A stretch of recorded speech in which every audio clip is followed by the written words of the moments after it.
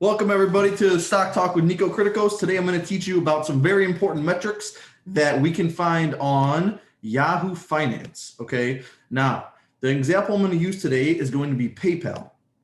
And the important metrics we're going to be looking at are number one, the share price, the market cap, the number of shares outstanding, the PE ratio, the forward PE ratio, the earnings per share in 2020, and then the earnings per share expected in 2021. So first thing we're going to look at is if we go to the page for PayPal on Yahoo Finance, we could see the stock is trading at about $298 per share. Okay. Now, the way you find this number is the market cap divided by the number of shares. So if we go to summary, we can see that the market cap is $349 billion. So that's how much the company is trading at, what valuation. Okay. Now, if we divide that number by the number of shares, which we can find on statistics, we are going to scroll down and we're going to find right here, shares outstanding, 1.17 billion. Okay. So now what we do is we divide the market cap, 349 billion, by the number of shares, 1.17 billion. And if we do that, so 349 divided by 1.17.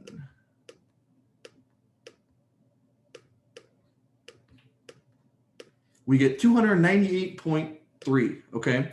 And that's the share prices, 298.3. So that's how we find that.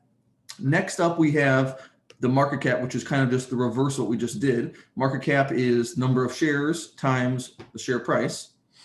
The shares outstanding is going to be found by going to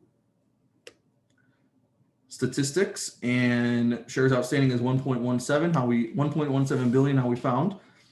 And so what we're going to do is divide that number by the earnings per share to find the PE ratio. So PE ratio stands for price to earnings. Okay. So what we do is we take that 298 and we divide it by the EPS. Now, how do we find the EPS? Well, we're going to use the 2020 EPS, which we can find by going to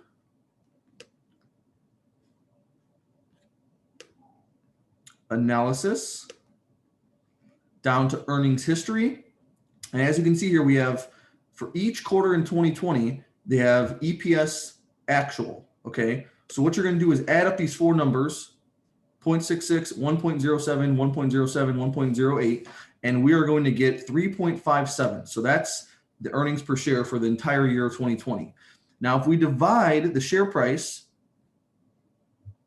298, by that 3.57,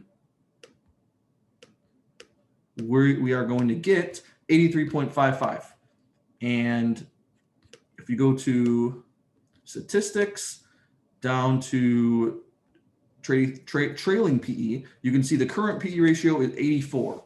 So that's pretty much what we just calculated. Okay. Now, the metric I like to use even more than the trailing PE is the forward PE.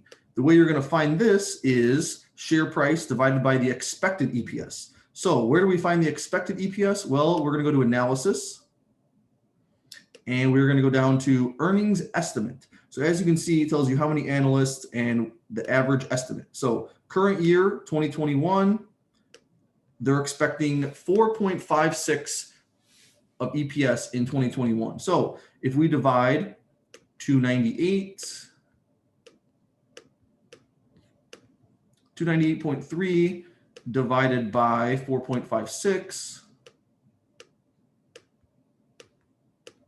we will get the forward PE ratio of 65.4.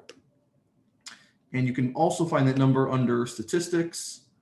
We scroll down, current forward PE ratio 65. Okay.